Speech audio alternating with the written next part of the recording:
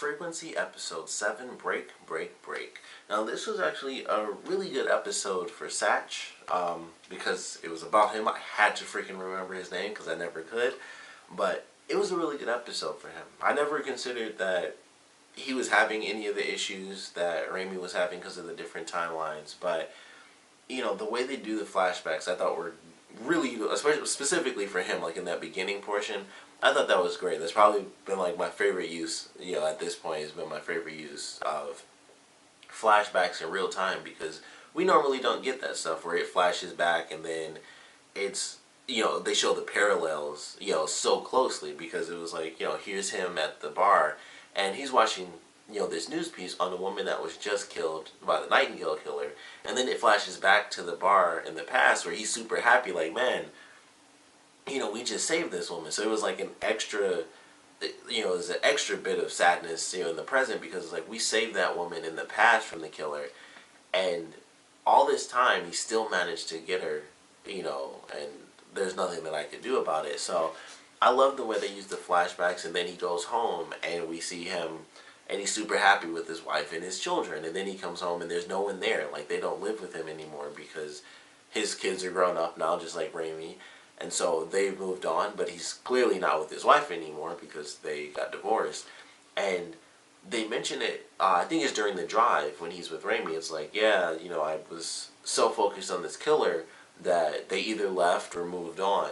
And I thought that was so interesting, because it's like, man, maybe things were fine for him and we just never got to see it. But now that we're in this different timeline where the Nightingale killer continues on, it's kind of ruined his life, because he cared so much about, you know, Frank and Raimy and stuff like that, and, you know, Jules being killed, that it affected him as well. And it kind of, like, you know, they have the quote where, you know, doing the job, it kind of becomes you, or you become the job.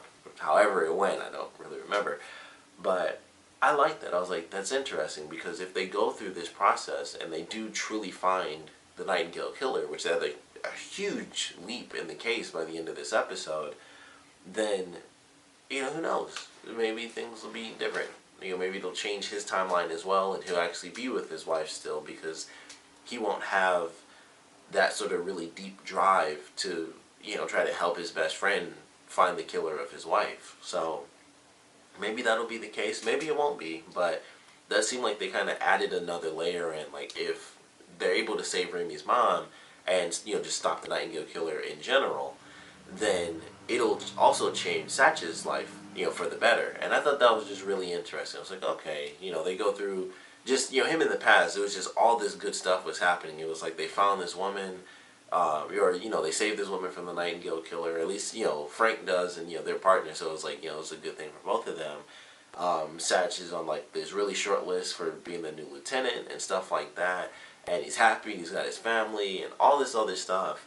And then, you know, the parallel to the present where he's just so upset and he's about to quit and everything, but Raimy's able to actually kind of pull him back in, because they get, you know, such a big leap in the case that it actually keeps him working. So she was happy about that, at least. But I just love the way they did that for his character. I thought it was really cool. It was a really good look into his life and how his life may or may not have changed. Like I said, we never at all really got any look into his life as far as, you know, how things were in the present, outside of, you know, he still works as a cop. Like, that was really all we had for the present timeline. And I just assumed everything was fine. It was just like, alright, he's doing his job, he's with his wife.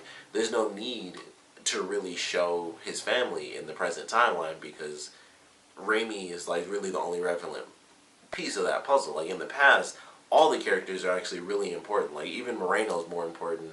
Well, Moreno's fairly important in general, but especially after getting punched in the face, I think he's a bit more important, you know, in the past segment than in the present. But in the present timeline, it's like Raimy doing her thing, and if she's not at home, she's doing the case. So it's like that's the only time we see Satch. But in the past, Satch and Frank hang out all the time. Frank is actually staying at their house. Although I do think this is the first time we actually saw his entire family. Like, I don't think they may have mentioned that he had kids. I'm sure they did.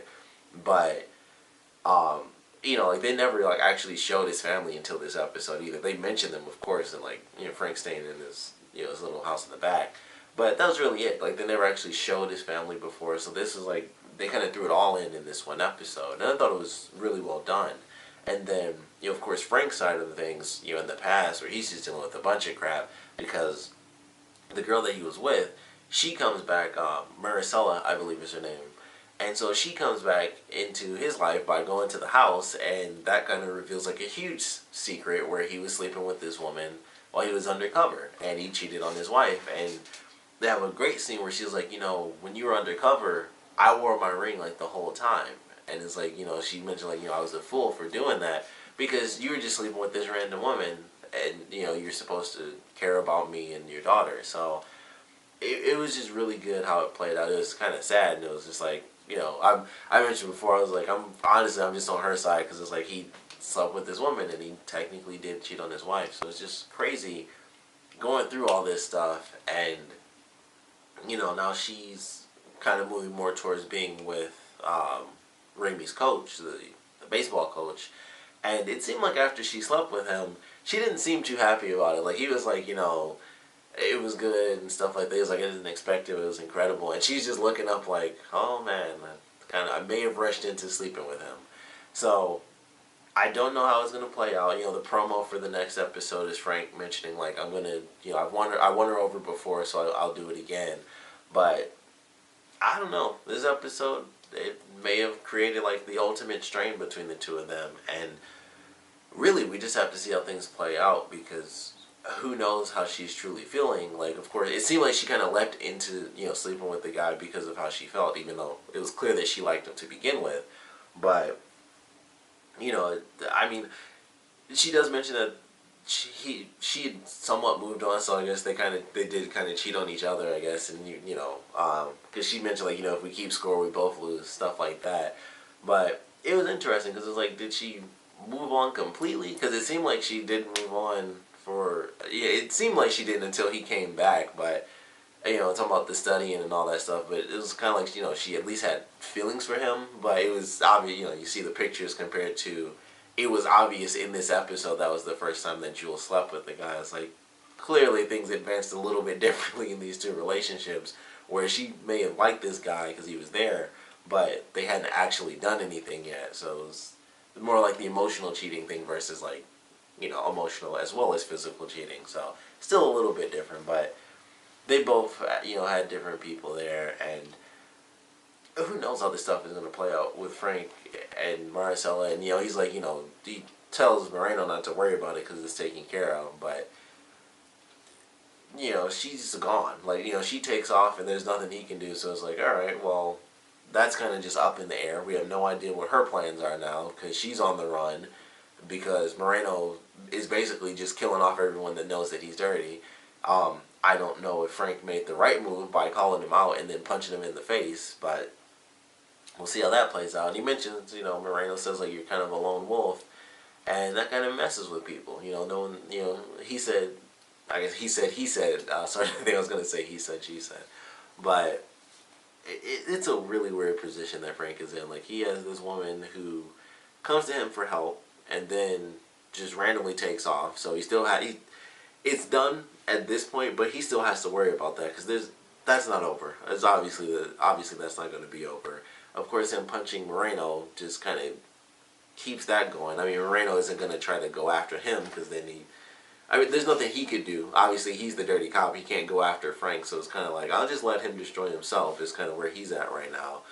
So we just have to see how all this stuff plays out. And of course, Raimy knows that Moreno is a dirty cop, and things are getting weird in the present timeline as well. And they kind of touch on that with Satch, where I thought he was going to kind of admit it a little bit, whereas, you know, he's somewhat involved with Moreno, but he's like, you know, whether he's dirty or not, or whether you agree with him or not, he gets results. You know, he says that sort of thing. And I thought it would go a little deeper where she, you know, Raimy would talk with Satch about that, but they didn't really go that far into it about him being a dirty cop, or at least knowing that Moreno's dirty. I just assumed that he was a dirty cop, but maybe he just knows Moreno's dirty and he lets him kind of slide on like the lighter stuff, and maybe he doesn't know about like the super dark stuff. Maybe he doesn't even know about this, you know, the initial setup with Frank. Maybe he never learned about that type of stuff. So I don't know. Maybe that's where he's at. And he's not necessarily dirty. It's just, you know, he lets him slide on things that